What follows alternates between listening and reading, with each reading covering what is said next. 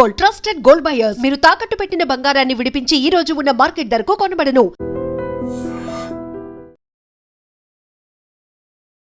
నమస్తే, welcome to I dream. నా పేరు వలి. పశ్చిమాసియా నిప్పుల కుంపటిని తలపిస్తోంది. ఇరాన్, ఇజ్రాయెల్ వారితో ముఖ్యంగా గల్ఫ్ కంట్రీస్ అక్కడ నివసిస్తున్న వాళ్ళు చాలా అంటే చాలా ఇబ్బంది పడుతూ ఉన్నారు. ఎందుకంటే ఎప్పుడు ఏ డ్రోన్ వచ్చి పడుతుందా, ఏ బాంబు వచ్చి పడుతుందో, ఏ మిసైల్ దూసుకొస్తుందో అర్థం కాని సిచ్యువేషన్ ఉంది. మన తెలుగు వాళ్ళు చాలామంది అక్కడ ఉన్నారు. వాళ్ళందరూ కూడా ఎప్పుడెప్పుడు ఇండియా వచ్చేద్దామా, ఎప్పుడెప్పుడు మన సొంత ఊరికి వచ్చేద్దామని క్యూ కడుతున్నటువంటి పరిస్థితి. అయితే చాలా వరకు విమానాలు కూడా సర్వీసెస్ కూడా ఆగిపోయినటువంటి పరిస్థితి ఉంది. రీసెంట్గానే హైదరాబాద్కి వచ్చారు బహ్రెయిన్ నుంచి పెద్ది ప్రసాద్ గారు. సో వారు నా స్టూడియోలో ఉన్నారు, నా ముందే ఉన్నారు ప్రస్తుతం. ఈ యుద్ధం ఎఫెక్ట్ ఎట్లా ఉంది అక్కడ, ఎలాంటి పరిస్థితులు ఉన్నాయి, ఆయన చూసింది ఏంటి, ఆయన మాటలను తెలుసుకుందాం. పెద్ది ప్రసాద్ గారు నమస్తే సార్. నమస్తే అండి. పెద్ది ప్రసాద్ గారు, మీరు బహ్రెయిన్ నుంచి వచ్చారు కదా. సో మీరు ఎప్పుడు వెళ్ళారు సార్ బహ్రెయిన్? నేను ఎగ్జాక్ట్గా అరౌండ్ 20th of February అట్లా వెళ్ళాను. ఈ ఇన్సిడెంట్ జరగక జస్ట్ 1 week బిఫోర్ 22nd అప్పుడు వెళ్ళినట్టున్నాను. ఓకే, 28కి యుద్ధం స్టార్ట్ అయింది. 22కి వెళ్ళారు. Just 1 week. Okay. So Saturday అనమాట యాక్చువల్గా. మాకు ఫ్రైడే సాటర్డే హాలిడే ఉంటుంది. సాటర్డే మార్నింగ్ సడన్గా చాలా హెవీ సౌండ్స్ వచ్చాయన్నమాట. ఓకే. ఫస్ట్ సౌండ్ వస్తే ఏదైనా వెహికల్ సౌండ్ ఏమో అనుకున్నాను, ఎందుకంటే అక్కడ కొద్దిగా ఈ హై స్పీడ్ వెహికల్స్ అట్లా అప్పుడప్పుడు వెళ్తుంటే చాలా సౌండ్ వస్తుంటుంది, అదేమో అనుకున్నాను. కానీ ఆ సౌండ్ మామూలుగా లేదు, చాలా హెవీగా ఉంది. సో అప్పుడు డౌట్ వచ్చింది అనమాట, ఇది ఏంటని. అప్పుడు మళ్ళీ సెకండ్ టైము, థర్డ్ టైము ఇలా వచ్చేటప్పటికి మా ఫ్రెండ్స్కి ఫోన్ చేస్తే, అవును బాంబింగ్ అవుతా ఉంది, మేము వెళ్ళిపోతున్నాం, మీరు కూడా బయటకు వచ్చేసేయండి వెంటనే అని చెప్పారు. ఓకే. సో వెంటనే నేను కూడా లాక్ చేసుకుని బయటకు వచ్చేసాను. బయటకు వచ్చేటప్పటికి రోడ్డు మీద అందరూ ఇంకా ఫుల్ ట్రాఫిక్ అంతా జామ్ అయిపోయింది కార్లతో. ఓకే. సో మెల్లిగా అందులోంచి బయటపడి దూరంగా వెళ్ళిపోయాం. మేము ఉండేటువంటి ఏరియాలోనే దగ్గరలోనే ఫస్ట్ బాంబింగ్ అయింది అనమాట అక్కడ. సో అక్కడ నుంచి మేము చాలా దూరంగా వెళ్ళిపోయాం అనమాట. ఓకే. మీరున్న అపార్ట్మెంట్ దగ్గర? అపార్ట్మెంట్ అనే కన్నా ఆ ఏరియాకి దగ్గర. ఓకే. ఆ ఏరియాకి దగ్గరలోనే అయింది. సో అక్కడ బాంబులు పడ్డప్పుడు ఏంటి పరిస్థితి? అక్కడ ఎవరన్నా ఉన్నారా ఏమన్నా? అది మాకు తెలియదు యాక్చువల్గా, ఎందుకంటే అది మాకు తెలిసిన విషయం ఏంటంటే అక్కడ యుఎస్ బేస్ ఉందన్నమాట, అక్కడ నావల్ బేస్ ఉంది. నావల్ బేస్ మీద పడ్డట్టుగా అనుకుంటున్నారు అక్కడ. మాకు కూడా అక్కడ ఇండికేషన్స్ కూడా అలాగే అనిపించాయి, ఆ ఏ డైరెక్షన్ లో ఉందో అటువైపు చూస్తుంటే. మీరు యాక్చువల్గా బహ్రెయిన్లో ఉంటారా లేకపోతే? బహ్రెయిన్లోనే ఉంటాను. బహ్రెయిన్లోనే ఉంటారు. మేము ఉండేటువంటి అపార్ట్మెంట్ అన్ని చుట్టుపక్కల కూడా అన్ని పెద్ద హై రైజ్ బిల్డింగ్స్ ఉంటాయి. సో ఎన్నాళ్ళు అయింది సార్ మీరు బహ్రెయిన్ వెళ్ళి? 8 years అయిందండి. 8 years. ఓకే. 8 years నుంచి అక్కడే జాబ్ చేస్తూ ఉన్నారు? అక్కడ జాబ్ చేస్తున్నాను. అయితే ఇప్పుడు ఆ బాంబు దాడి జరిగిన తర్వాత అందరూ భయపడిపోయి అక్కడి నుంచి ఎక్కడికి వెళ్ళారు?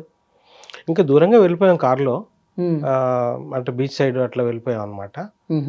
ఎందుకంటే లాస్ట్ టైం ఇదివరకు కూడా ఒకసారి ఇలాగే బాంబింగ్ జరుగుతుందని చెప్పేసి అంటే అక్కడ ఉన్న వాళ్ళందరూ వెళ్ళిపోయాం అక్కడ నుంచి. ఫ్రెండ్స్ దగ్గర అక్కడిక్కడ ఉన్నాము. మా ఫ్రెండ్స్ కూడా వాళ్ళ ఫ్రెండ్స్ దగ్గర వేరే వేరే ఉన్నారు. నేను ఇంకా అట్లా దూరంగా వెళ్ళిపోయాను, ఎక్కడికి వెళ్ళాలో చూద్దామని చెప్పేసి. ఇంకా సాయంత్రం వరకు అలాగే టైం పాస్ చేసాం బయట అక్కడే.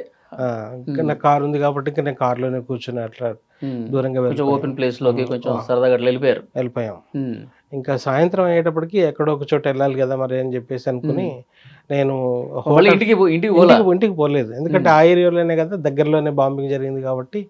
అండ్ మాకు లాస్ట్ టైం ఎక్స్పీరియన్స్ కూడా ఉంది. ఆ ఏరియా ఎక్స్పీరియన్స్ అంటే ఇదే, ఆ ఏరియాలో ఉన్న వాళ్ళందరూ వెళ్ళిపోయారు అక్కడ నుంచి. ఓకే. లాస్ట్ టైము మేబీ ఒక 2 months or 3 months బ్యాక్ అనుకుంటాను, ఒకసారి ఇట్లాగే ఇండికేషన్స్ ఉన్నాయి అటాక్ జరగవచ్చు అంటే అక్కడ ఉన్న వాళ్ళందరూ వేరే దగ్గరికి వెళ్ళిపోయారు. సో అప్పుడు ఉన్నటువంటి ఎక్స్పీరియన్స్ ప్రకారం ఇంకా ఈ ఏరియాకి ఇప్పుడు రావద్దు అని చెప్పేసి అనుకుని దూరంగా మా ఫ్రెండ్స్ అందరూ కలిసి అట్లా బీచ్కి వెళ్ళాం. నైట్ అక్కడ ఎక్కడ హోటల్కి వెళ్దామని అనుకుంటే నా కళ్ళ ముందే డ్రోన్ పడింది, ఒక పెద్ద హోటల్ బిల్డింగ్ పక్కనే పడింది అనమాట.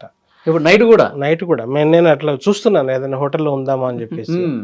ఆ ఏరియాలోనే డైరెక్ట్ నా కళ్ళ ముందు ఒక 200 yards లోనే డ్రోన్ పడి అక్కడంతా బయట లైవ్ లో చూసారా? లైవ్ చూసానండి. ఆ డిబ్రీ అంతా కూడా రోడ్డు మీద పడింది. దాని మీద నుంచే డ్రైవ్ చేసుకుంటూ వచ్చాను నేను యాక్చువల్గా. ఇంకెక్కడికి ఆపడానికి లేదు, వెనక నుంచి ట్రాఫిక్ వస్తుంది అనమాట. నిజంగా చాలా పెద్ద సంఖ్యలో ఇరాన్ డ్రోన్లు వాడుతుంది సార్. ఆ డ్రోన్ సైజ్ ఎంత ఉందండి? అది మాకు తెలియదు, ఎందుకంటే నైట్ టైం నేను చూసాను యాక్చువల్గా. ఓకే. నైట్ టైం రావడం మండుతూనే వస్తుందా నైట్ లో? ఆహా, నాకు కనబడేటప్పటికి అది హిట్ అయి ఫ్లేమ్స్ బర్స్ట్ అయిపోయింది అనమాట. అప్పుడు Okay. కనబడింది, అప్పటిదాకా ఏం కనబడలా. మ్మ్. అందులో నేను డ్రైవింగ్ చేస్తూ ఉన్నాను కాబట్టి మనకేం అబ్జర్వ్ చేయం కదా. ఓకే. సడన్గా పెద్ద బ్లో వచ్చేటప్పటికి అలా చూసాం బేసికలీ. సో అప్పుడేంటి మీకు ఏమనిపించింది? అప్పుడు ఇంకా ఒక షాక్ లాగా, అసలు ఇంత డైరెక్ట్గా చూస్తున్నాము, ఇక్కడ కూడా వస్తుంది, మ్మ్. ఎక్కడ సేఫ్ కాదు అని చెప్పేసి అనుకున్నాం. ఇంకెక్కడ కూడా ఎక్కడ ఉండొద్దు, బహ్రెయిన్ లో ఇప్పుడున్న సిచ్యువేషన్ లో ఉండడం కరెక్ట్ గా అనిపించింది. హోటల్ అయితే సేఫ్ కాదు, ఇంకెక్కడికైనా వెళ్దామని అనుకుంటే మా ఫ్రెండ్స్ అందరూ కలిసి దూరంగా వెళ్దాం ఎక్కడికైనా అంటే 2 కార్లు వేసుకుని అట్లా బీచ్ వైపు వెళ్ళాము. రాత్రి 11 అట్లా ఉన్నాము. సో అక్కడ వెళ్తే అక్కడ కూడా ఒక డ్రోన్ అట్లా సౌండ్ వినబడింది. దాని తర్వాత ఇంకా ఒక 15-20 మినిట్స్కి మేము కార్లో అట్లా కొద్దిగా రెస్ట్ అవుదాం అనుకునేలోగానే మిసైల్స్ వచ్చాయి. అంటే సౌండ్ వచ్చిందనమాట. దానికి ఇంటర్సెప్టర్స్ అన్నీ కూడా ఆకాశంలోకి లేచాయి ఒకటేసారి. ఓకే. సో మేము ఉన్న చోటే, అదంతా ఓపెన్ ఏరియా, 2 ఇది కొలైడ్ అయిపోయాయి అనమాట. సో అది ఎక్కడ పడతాయో తెలియదు కదా, మేము పరిగెత్తాం అక్కడి నుంచి. ఇంకా నాకు కార్ డ్రైవ్ చేసేంత ఇది కూడా షేక్ అవుతుంది బేసికల్గా. అప్పటికే మూడు ఎక్స్పీరియన్స్ లేదు మీకు. సో మా ఫ్రెండ్ కార్ తీసుకుని వచ్చేసి అక్కడ నుంచి మళ్ళీ చాలా దూరంగా వెళ్ళిపోయాం, ఇంకొక బీచ్ అటు వెళ్ళాము. అక్కడ కూడా ఇదే ఎక్స్పీరియన్స్, కాకపోతే మా ఇంటర్సెప్షన్ అన్ని చూసాము డైరెక్ట్గా, మిసైల్స్ రావడం, ఇంటర్సెప్ట్ అవ్వడం అన్ని చూసాము. కాకపోతే అక్కడ కొంచెం 1 కిలోమీటర్ దూరంలో అయ్యాయి కాబట్టి మేము భయపడలేదు ఎక్కువగా. ఓకే. నైట్ అంతా అక్కడే ఉన్నాము. అక్కడ ఉన్నటువంటి స్థానికులు ఏంటి, వాళ్ళ డిస్కషన్స్ ఎట్లా ఉన్నాయి? ఇది డ్రోన్లు వస్తున్నాయి, మిసైల్స్ వస్తూ ఉన్నాయి, ఎక్కడికక్కడ పేలిపోతా ఉన్నాయి, అక్కడ ఉన్నటువంటి స్థానికులు ఏం అంటే చెప్పేవాళ్ళు? జనరల్గా ఫస్ట్ పీపుల్లో అంటే మాకు అర్థమైనంత వరకు పెద్ద భయం ఏం లేదండి. ఎందుకంటే రెసిడెన్షియల్ ఏరియాస్ కానీ అట్లాంటి వాటికి టార్గెట్ అవుతాయని ఎవరు అనుకోలేదు యాక్చువల్గా. అట్లా జరగలేదు కూడా యాక్చువల్గా. బేసికల్గా జరిగినంత కూడా స్పెసిఫిక్ లొకేషన్స్లోనే వాళ్ళ టార్గెట్స్ ఏ ఉంటాయి కదా. ఓకే. అక్కడే అటాక్స్ అయినాయి కానీ నార్మల్గా ఎక్కడ జరగలేదు. ఇక్కడ హోటల్ మీద అన్నారు కదా ఒకటి. అదే అంటే మాకు తెలిసినంత వరకు వచ్చేది ఏంటంటే ఆ యుఎస్ పర్సనల్ వాళ్ళని టార్గెట్ చేసి అట్లా అన్నట్టుగా, హోటల్స్ లో ఎవరన్నా అమెరికన్స్ ఉంటే అమెరికన్స్ ఉంటే అట్లా వాళ్ళని టార్గెట్ చేస్తున్నాను అన్నట్టుగా మాకు తెలిసింది. అంటే మేము కూడా ఇట్లా న్యూస్ చూడడమే బేసికల్గా. సో అట్లా వాళ్ళని టార్గెట్ చేస్తున్నాను అన్నట్టుగా తెలిసిందనమాట. సో అట్లాంటివి తప్ప జనరల్గా అయితే ఏదో ఒక బాంబు వచ్చి సడన్గా ఎక్కడో పడిపోవడం అట్లాంటిది ఏం లేదు. అందుకని చాలా వరకు భయం అయితే ఏం పడలేదు. కాకపోతే ఎక్స్పీరియన్స్ కొత్త కాబట్టి అందరూ పెద్ద పెద్ద సౌండ్లు వస్తుంటే కొంచెం అలర్ట్ అవ్వడం, అట్లా సైరన్ రావడం ఫోన్లో. సైరన్ వచ్చిందంటే ఎక్కడ తల మీద పడుతుంది అని చెప్పి ఆ భయం ఉంటుంది కదా జనాలకి. అంతే, ఆ భయం ఉంటుంది. ఇప్పుడు నేను యాక్చువల్గా ఇంకా అక్కడ లేను కాబట్టి, మా ఇంట్లో లేను కాబట్టి, నేను మా తెల్లవారి ఇక మా ఇంటికి వచ్చేద్దామని వచ్చాము తెల్లవారి బీచ్ నుంచి. సిటీకి ఎంటర్ అయ్యాము, మళ్ళీ బాంబ్ స్టార్ట్ అయిపోయాయి మార్నింగే. మళ్ళీ వెళ్ళిపోయాం అక్కడికి, మళ్ళీ బీచ్కి వెళ్ళిపోయారు. మళ్ళీ బీచ్కి నేను వెళ్ళలేదు, మా ఫ్రెండ్స్ వెళ్ళారు. సో అక్కడ కొంచెం ఇబ్బందిగా ఉంటుంది. ఇంకెక్కడైనా మీతో పాటు ఎవరెవరు ఉంటారండి బహ్రెయిన్లో? నేను ఒక్కనే ఉంటాను మా ఫ్యామిలీ తరఫున. అంటే అది మా ఇంకా ఫ్రెండ్స్ ఉంటాం మామూలుగా, అందరూ ఫ్రెండ్సే ఉంటారు మామూలుగా. ఓకే. మీ ఫ్యామిలీ ఇక్కడ ఉంటారా? ఇక్కడే ఉంటారు. ఓకే. ఎట్లా వాళ్ళు ఫోన్లు చేసేవాళ్ళ యుద్ధం స్టార్ట్ అయినప్పుడు, మీరు బీచ్కి వెళ్ళిపోయినప్పుడు కావచ్చు? ఇంకా రెగ్యులర్గా కొంచెం యాంగ్జైటీ ఉంటుంది కదా, ఎట్లా ఉన్నారు ఏంటిది అనేది. సో నేను ఎక్కువైతే భయపడలేదు బేసికల్గా, ఎందుకంటే ఇంకా ఒక సేఫ్ జోన్లో ఉన్నాం కాబట్టి మనకి ఏం కాదులే అన్నటువంటి దాంట్లో. బట్ కాన్స్టెంట్గా ఈ బాంబు పడడము, ఈ సౌండ్స్ రావడము, ఎక్కడున్నారు ఏంటి అనేది కంగారు ఉంటుంది కాబట్టి అదొక కొంచెం ఇబ్బంది అయింది. ఒత్తిడి తెచ్చారా, అక్కడ ఉండకండి వచ్చేయండి, ఇండియా వచ్చేయండి అని చెప్పి? అన్నారు కానీ అక్కడ ఏంటంటే ఫ్లైట్స్ లేవు కాబట్టి ఇంకా ఛాన్స్ లేదు అని అనుకున్నాము. కానీ దాని తర్వాత ఇంక ఇన్ఫర్మేషన్ తెలిసింది ఏంటంటే, ఇక నెక్స్ట్ కంట్రీ సౌదీ అరేబియా బార్డర్లో అక్కడ బై రోడ్ కనెక్టివిటీ ఉంటుంది. సో అక్కడికి వస్తే అక్కడ నుంచి ఫ్లైట్స్ ఉన్నాయని తెలిసిందనమాట. సో వీసాకి అప్లై చేసుకుంటే వచ్చింది లక్కీగా వెంటనే. మన తెలుగు గ్రూప్ ఉంటారు కదా అక్కడ, తెలుగు కళా సమితి అని, వాళ్ళు బాగా హెల్ప్ చేశారు, చాలా మందికి హెల్ప్ చేశారు. స్పెషల్ ఫ్లైట్స్ పెట్టారు, అందరినీ కొంచెం పంపించారు. బాగా కోఆర్డినేషన్ బాగుందండి వాళ్ళది. సో వాళ్ళు కూడా నాకు కొంచెం వీసా రావడానికి కూడా హెల్ప్ చేశారు. ఓకే. సో చేస్తే ఇంకా నేను ఫ్లైట్ బుక్ చేసుకొని వచ్చేసానండి. నేను బై రోడ్ వెళ్ళి కొంత దూరం, అక్కడ నుంచి లోకల్ ఫ్లైట్ తీసుకొని జెద్దా అనే ప్లేస్కి వెళ్ళి, జెద్దా నుంచి ఇండిగోలో హైదరాబాద్ డైరెక్ట్ ఫ్లైట్లో వచ్చాను నేను. ఓకే. ఇంకా మీ ఫ్రెండ్స్ బహ్రెయిన్లో ఉన్నారా ఇంకా చాలా మంది? ఉన్నారండి, ఉన్నారు. ఏమన్నారు వాళ్ళతో? మీరు టచ్లో ఉన్నారు కదా, ఏమంటారు? ఉన్నారు. అదే ఇంకా ఎప్పుడో ఒకటి ఇట్లా అవుతున్నాయి, బట్ పర్వాలేదు, సిచ్యువేషన్ నార్మల్గానే ఉంది, ప్యానిక్ అవ్వడానికి అయితే ఏం లేదు. ఇప్పుడు ఉన్నటువంటి పరిస్థితుల్లో అయితే ఏం ప్రాబ్లం లేదు ఓకే. అన్నట్టు. కానీ ఇంకా యుద్ధం కంటిన్యూ అవుతానే ఉంది. యుద్ధం ఈ డ్రోన్లు మిసైల్స్ పడతానే ఉన్నాయి. పడతానే ఉన్నాయి. దుబాయ్లో సిచ్యువేషన్ మీరు కూడా చూస్తుంటారు. అవును, ఆ ఎయిర్పోర్ట్ దగ్గర డ్రోన్స్ వెళ్ళిపోవడం కావచ్చు. కరెక్ట్. అవును, ఎయిర్పోర్ట్ కూడా పూర్తిగా మూసేశారు. అవును. సో దుబాయ్లో ఫ్రెండ్స్ ఉన్నారు సార్ మీకు? లేరండి, అంటే జస్ట్ ఎప్పుడో ఓల్డ్ వాళ్ళు అట్లా ఉన్నారు, కానీ ఎక్కువ టచ్లో లేదు ఇప్పుడు. నేను ఎప్పుడు కాంటాక్ట్ కూడా చేయలేదు ఈ మధ్య. అదే ఇరాన్ ఇజ్రాయెల్ వారితో అమెరికా కూడా ఎంటర్ అయ్యి ఈ విధంగా దాడులు చేసుకుంటుంటే ఇక్కడ మధ్యలో ఉన్న వీళ్ళు నలిగిపోతా ఉన్నారు కదా. అవునండి, చాలా ఎఫెక్ట్ అవుతా ఉన్నారు. చాలా ఎఫెక్ట్ అవుతుందండి నిజంగా. అసలు మనకి నార్మల్ పరిస్థితుల్లోనే మనకి ఎన్నో ఇబ్బందులు వస్తాయి, అనుకోకుండా ఇలాంటి జరిగితే చాలా ఇబ్బందులు. అసలు ఏమాత్రం మనకు సంబంధం లేని ఇష్యూలో అడ్డంగా ఇరుక్కుపోయి ఇబ్బంది పడుతున్న వాళ్ళు చాలా మంది ఉన్నారు. ఎందుకంటే దుబాయ్కి పోయిన తర్వాత అక్కడ జాబులు చేసుకున్న వాళ్ళు కంపెనీలు మూసేసి, తర్వాత బ్యాంకులు చాలా వరకు మూతపడ్డాయి, హోటల్స్ మూతపడ్డాయి, వాళ్ళందరూ కూడా ఖాళీగా ఉండి, మరోవైపు ఈ యుద్ధం ప్రభావం ఏమనిపిస్తుంది? ఇది సంథింగ్ అన్ఎక్స్పెక్టెడ్ అండి యాక్చువల్గా. అంటే ఇలా జరుగుతుందని మేము ఎవరైతే అనుకోలేదు, ఎప్పుడు డిస్కస్ కూడా చేసుకోలేదు. ఏదైనా అవుతాయి, ఇప్పుడు ఇజ్రాయెల్కి ఇవన్నీ అటాక్స్ జనరల్గా జరుగుతుంటాయి కదా, ఈసారి అమెరికా కూడా వచ్చింది, అలా వెళ్ళిపోతుందేమో అనుకున్నాం. బట్ గల్ఫ్ కంట్రీస్ మీద అటాక్స్ అవుతాయి అనేటువంటిది మేము కూడా సర్ప్రైజ్డ్ అండి యాక్చువల్గా. సో ఇది చూస్తుంటే మరి తొందరగా అయిపోతే మళ్ళీ నార్మల్సీ వస్తే బాగుంటుందని చెప్పేసి అనుకుంటున్నాం. ఎందుకంటే ఇంకా వర్షం అవుతే దాని ఇంపాక్ట్ అంతటా ఉంటుంది, ప్రపంచం అంతా కూడా ఉంటుంది. ఎస్పెషల్లీ గల్ఫ్ నేషన్స్ అంటే ప్రపంచం అంతా ఆయిల్ సప్లై అంత ఉంటుంది కాబట్టి మొత్తం ప్రపంచం అంతా ఎఫెక్ట్ అవుతుంది. సో అది కాకుండా ఉండాలంటే ఇది తొందరగా ఎండవాలని కోరుకుందాం. అదే మీరు పనిచేసే కంపెనీ రియాక్షన్స్ ఎట్లా ఉన్నాయి? ఇప్పుడు ఇలాంటి వాళ్ళందరూ కొంచెం భయంతో ఇండియా వచ్చేస్తా ఉన్నారు కదా, అక్కడ ఏంటి పరిస్థితి? అక్కడ ఉండేవాళ్ళు కూడా ఉన్నారండి, అంటే పాజిటివ్ హోప్తో. ఇది కొన్ని రోజుల తర్వాత మళ్ళీ ఏదో ఒకటి లాస్ట్ టైం వచ్చినట్టుగా సీజ్ ఫైర్ అవుతుంది, యుద్ధం ఆగిపోతుంది, పర్వాలేదు అన్నట్టుగా కొంతమంది అక్కడే ఉన్నారు, కొంతమంది అట్లా వస్తున్నారు. నేను అనేది కంపెనీ సపోర్ట్ బాగానే ఉందా? అంటే ఇప్పుడు వర్క్ ఫ్రమ్ హోమ్ చేస్తున్నాము ప్రస్తుతానికి. అదేలేండి, ఈవెన్ అక్కడ ఉన్నప్పుడు కూడా అంతే, వర్క్ ఫ్రమ్ హోమే ఎక్కువ. అక్కడ ఉన్నప్పుడు కూడా ఇంకా వెళ్ళడం అది లేదు, ఆఫీస్కి వెళ్ళడం అనేది జరగలేదు.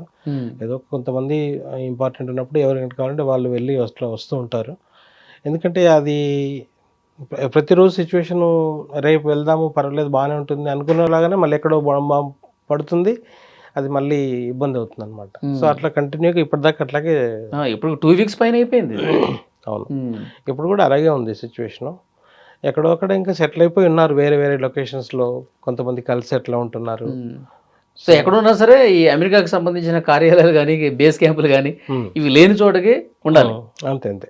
అక్కడైతే మా కంట్రీలో బహ్రెయిన్లో ఉండేటప్పటికీ ఒకటే చోటు ఉంది వాళ్ళది, అది తప్ప మిగతా చోట్ల ఎందుకు అవుతున్నాయనంటే ఇది అమెరికన్స్ ఎక్కడైనా ఉంటారేమో అనేటువంటి దాని మీదనే తప్ప ఇంక ఇప్పటివరకు అయితే జనరల్గా అయితే అటాక్ ఏం కాలేదండి ఇప్పుడు దాకా. ఇప్పుడు మీరున్న ఏరియాలో ఏదైనా జనాల మీద పట్టం కావచ్చు, వాళ్ళు ఏమైనా ఇంజ్యూర్ అవటం చనిపోవడం అట్లా ఏం జరగలేదుగా? ఒక బిల్డింగ్ మీద అయితే పడింది, మరి అది ఏమైందనే తెలియదు. అప్పుడు నేను లేని ఇంట్లో, తెల్లవారు చూస్తే అక్కడ కనబడింది అనమాట. మొత్తం బిల్డింగ్ మీద డ్రోన్ పడిందా, మిసైల్ పడిందా? డ్రోన్ లాగే ఉంది, అది చిన్న డ్యామేజ్, అంటే ఒక పర్టికులర్ ఫ్లాట్ ఒక డ్యామేజ్ అయినట్టుగా ఉండింది.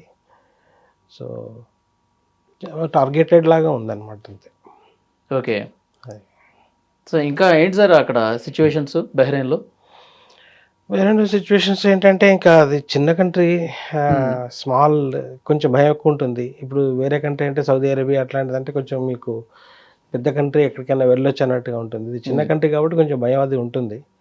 వెరీ స్మాల్ ప్లేస్, ఎక్కడికి వెళ్ళలేము, ఎక్కడ ఉండలేము. అంటే మొత్తం అంటే ఎంత ఉంటుంది మన వైశాల్యం చూస్తే? వైశాల్యం చూస్తే అరౌండ్ 50 to 60 స్క్వేర్ కిలోమీటర్స్ ఉంటుందండి.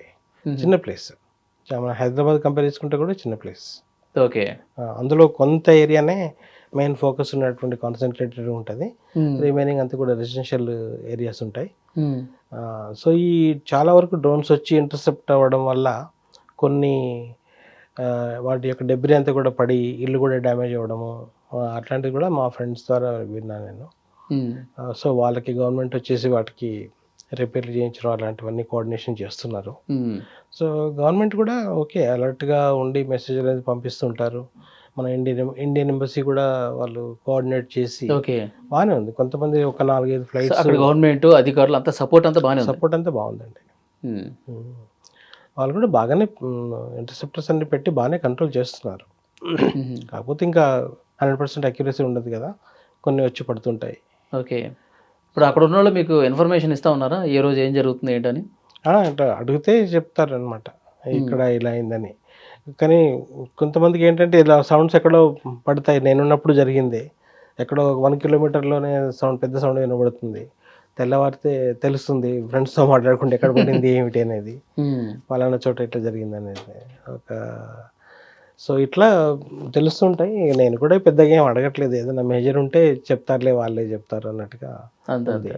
సో బ్యాలెన్స్ బెహ్రెయిన్ వాళ్ళకి ఇరాన్కి మెయిన్ టార్గెట్ కాదు కదా. అదే గల్ఫ్ కంట్రీస్ పెద్ద టార్గెట్ కాదు. కాకపోతే అమెరికా వాళ్ళకి కొంత సపోర్ట్ చేసుకుని వాళ్ళకి స్థావరాలు కల్పించడానికి ఏర్పాట్లు అవి చేస్తూ ఉన్నారు కాబట్టి ఆ కోపంతో మళ్ళీ అమెరికన్ క్యాంపుల మీద దాడి చేస్తుంది. అంతే మెయిన్ టార్గెట్ కాదు. కాదు. ఇంకా వేరే టార్గెట్స్ అయితే ఏం కాదన్నట్టుగా ఉంది. బెహ్రెయిన్ కంపేర్ చేస్తేనైతే వేరే జనరల్ టార్గెట్స్ అయితే ఏమీ లేవు. మళ్ళీ ఎప్పుడు వెళ్తారు మీరు? మళ్ళీ ఇప్పుడు బేసికల్గా ఎయిర్ స్పేస్ ఓపెన్ అవ్వాలి, ఫ్లైట్ స్టార్ట్ అవ్వాలి, ఎస్పెషల్లీ అన్ని కంట్రీస్కి, ఎస్పెషల్లీ బెహ్రెయిన్కి. ఇప్పుడు సౌదీలో కొన్ని ఎయిర్పోర్ట్స్ రన్ అవుతున్నాయి, దుబాయ్ అయితే కొద్దిగా ఆపేశారు. ఈరోజు ఉదయం ఇక్కడి నుంచి వెళ్ళినటువంటి విమానమే అక్కడ క్లోజ్ చేయడంతో మళ్ళీ వెనక్కి వచ్చింది. సో బెహ్రెయిన్ అయితే టోటల్లీ క్లోజ్.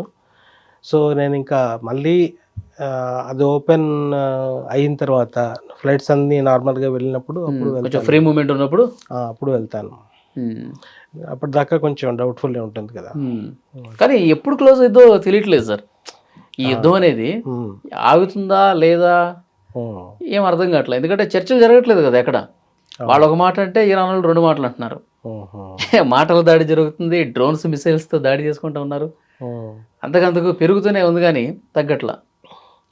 అవును, సిచ్యువేషన్ చూస్తే ఎస్కలేట్ అయితే అవుతా ఉంది, కొద్దిగా ఎస్కలేట్ అవుతా ఉంది.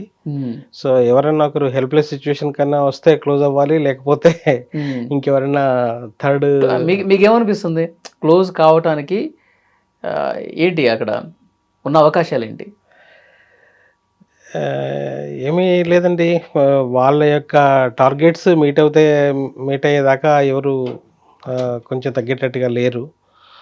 అలా అని చెప్పేసి ఎవరైనా మీడియేషన్ చేస్తారా అనేది ఒకటే హోప్. మీడియేషన్ కూడా ఎవరు రావట్లేదు కదా. ఇప్పుడు రష్యా చైనాలో ఉన్నాయి. అవును, వాళ్ళు నోటి మాటగా మాట్లాడుతూ ఉన్నారు, కామ్గా కూర్చుంటా ఉన్నారు. ఎందుకంటే యుద్ధం ఎంత జరిగితే ఎంత ఎఫెక్ట్ అయితే రష్యాకు ఉపయోగం కదా. వాళ్ళ నుంచి చమురు ఎక్కువ తీసుకుంటూ ఉంటారు, ఆయిల్ తీసుకుంటూ ఉంటారు. వాళ్ళ బిజినెస్ పాయింట్ వాళ్ళు కూడా మాట్లాడుతూ ఉన్నారు. దీని వెనకాల ఎవరి భయాలు, ఎవరి స్వార్థాలు, అన్ని పాలిటిక్స్ ఉన్నాయి, పర్పస్లు ఉన్నాయి. ఈ సిచ్యువేషన్ ఏంటంటే ఎవరి కంట్రోల్లో లేదు అన్నట్టుగా అనిపిస్తుంది. ఇంకా మరి అది నేచరే కంట్రోల్లోకి తీసుకుని దాన్ని ఏదైనా ఒకటి సొల్యూషన్ ఇద్దామని ప్రే చేద్దాము. త్వరగా సమస్య పోవాలి, అంతా శాంతి జరగాలండి. సమస్య పోవాలి. అవును, అంత శాంతి నెలకొనాలి. యుద్ధాలు అనేవి నష్టమే తప్ప అక్కడ ఏ ఒక్కరికి కూడా లాభం ఉండదు.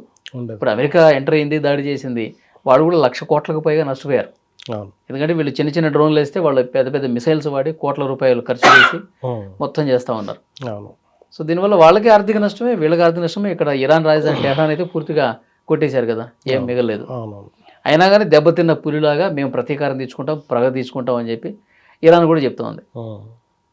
ఇజ్రాయెల్ మీద అటాక్ చేస్తుంది. నెతన్యాహు మీడియా ముందుకు వచ్చాడు. వాళ్ళ మీడియా ముందుకు వచ్చి నేను బతికే ఉన్నాను, చచ్చిపోయాడని చెప్పి కొంత పరిచారం జరిగింది కదా. అవునవును, బతికే ఉన్నారని చెప్పారు. బట్ ఇంకా చూస్తుంటే ఏంటంటే మన వాళ్ళకి ఒక సందేశం ఇది, మనం ఏర్పరచుకున్నటువంటి జీవితాలకి ఎంత శాశ్వతం అనేది యుద్ధాలు కానీ ఇట్లాంటివి ఇంకేదైనా న్యాచురల్ కెలామిటీస్ అవి చెప్తుంటాయి. సో మనం ప్రే చేయడమేనండి, ఒక యూనివర్సల్ ఫీలింగ్ అది తెచ్చుకోవాలి ప్రతి ఒక్కరి లోపల. ఎందుకంటే ఈ మనం వేరు, మిగతా వాళ్ళు వేరు అనేటువంటి ఉద్దేశం ఎప్పుడైతే మనసులో ఉంటుందో, ప్రతి ఒక్కరిలో ఉంటుందో, అదే కారణం అండి ఇది ఇట్లాంటి యుద్ధాలకి. సో దీనికంటూ సొల్యూషన్ అనేది ప్రతి మనిషి యొక్క రోల్ ఉంటుంది.